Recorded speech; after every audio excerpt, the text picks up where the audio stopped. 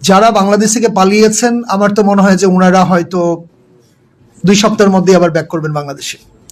নির্বাচনের পর নির্বাচন যদি হয় এবং যখন নির্বাচন হওয়ার পর যারা নির্বাচিত হবেন, আমি খুবই মানে শঙ্কা বোধ করছি যে যারা বাংলাদেশ থেকে পালিয়েছেন আমার তো মনে হয় যে ওনারা হয়তো 2 সপ্তাহের মধ্যে আবার ব্যাক করবেন বাংলাদেশে।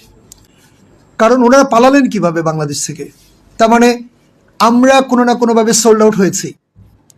আমি রাজনীতিবিদ হই, সরকারি আমলা হই, কর্মকর্তা হই, আমি আইন শৃঙ্খলা রক্ষাকারী বাহিনী যেই হই না কেন, এই যে হাজার হাজার নেতা কর্মী বাংলাদেশ থেকে পালিয়েছেন, আমরা যদি সোল্ড আউট না হতাম তাহলে কিভাবে ওনারা পালিয়েছেন? ঠিক একই প্রক্রিয়াতে আবার ওনারা দেশে ফিরে আসবেন। যদি তারা ফিরে আসেন, আমার মনে হয় আবার সেই 2006-এর সেই লগি বৈঠার আবার সেই মঞ্চ আমরা মঞ্চায়ন হতে দেখবো কিনা আমি খুবই শঙ্কা বোধ করছি। কারণ এই জন্য যে আমরা এখন পর্যন্ত ইউনাইটেড হতে পারিনি। সো এটি হচ্ছে বড় একটি মিড টার্ম চ্যালেঞ্জ।